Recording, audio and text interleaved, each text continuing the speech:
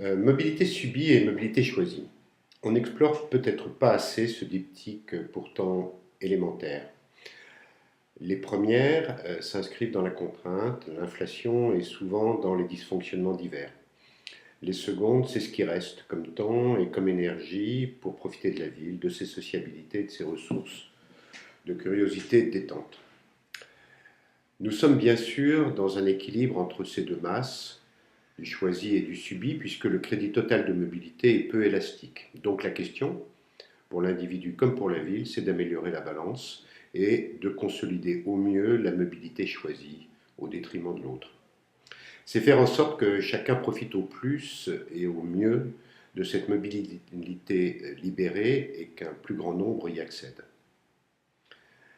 La règle est évidemment facile à énoncer et pas si facile à mettre en œuvre. Donc comment réduire ces mobilités aggravantes, est-ce même concevable?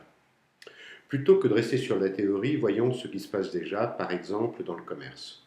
Le modèle de la grande surface, formaté par la massification de l'usage de la voiture, connaît aujourd'hui une érosion certaine. Les consommateurs font leur compte, le temps perdu ne compense plus les économies d'argent. Comment réagir? Les commodités qu'ont su inventer les enseignes deviennent des alternatives. En ces temps de crise, le commerce électronique annonce une croissance de 22%, suivant 10 années de hausse continue. On peut analyser ces évolutions comme une réponse des individus à la mobilité contrainte. Ces derniers choisissent d'acheter en ligne, sans doute parfois pour prendre livraison avec leur voiture ou simplement et plus souvent pour se faire livrer chez eux ou près de chez eux. Ces mêmes enseignes, prenant acte de l'envie de proximité, développent à tout va des enseignes justement de proximité en ville. On voit bien comment naturellement l'écosystème s'adapte à la recherche d'un nouvel équilibre et à la réduction des déplacements obligés. Si cela s'est passé dans le commerce, pourquoi ne pourrait-on pas l'envisager pour le travail par exemple? Là encore, il ne s'agit ni de faire travailler les salariés à la maison, ni même de délocaliser le bureau et encore moins de les faire travailler tout le temps. Il s'agit plus simplement d'acter que le travail est devenu mobile. Parcourez un TGV, traversez une gare, observez vos voisins dans un café Wi-Fi ou parfois votre conjoint à la maison. Partout, les gens travaillent ailleurs qu'au travail, ne serait-ce que des coups de fil de collègues dans la rue.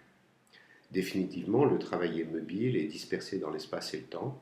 En revanche, les entreprises et les administrations sont moins sensibles à la demande que ne le sont les enseignes de la distribution, ce qui jette une hypothèque sur ces évolutions du côté du travail. Certaines entreprises pionnières sont déjà passées au format de cinquième, 2 jours de travail hors du siège. Il est évident que les retentissements d'une telle bascule sont bénéfiques aux travailleurs en termes de qualité de vie, à l'entreprise en termes de productivité et au territoire en termes de qualité de vie. Et au territoire, pardon, par la réduction des congestions et de meilleurs équilibres territoriaux. Non pas forcément qu'il y ait moins de déplacements, mais c'est la possibilité de déployer d'autres formes de mobilité, d'avoir d'autres motifs de bouger, plus agréables et surtout de disposer d'autres moments pour le faire. Il s'agit en quelque sorte de passer des limites des mobilités aux mobilités sans limite. Vaste programme, mais pas impossible.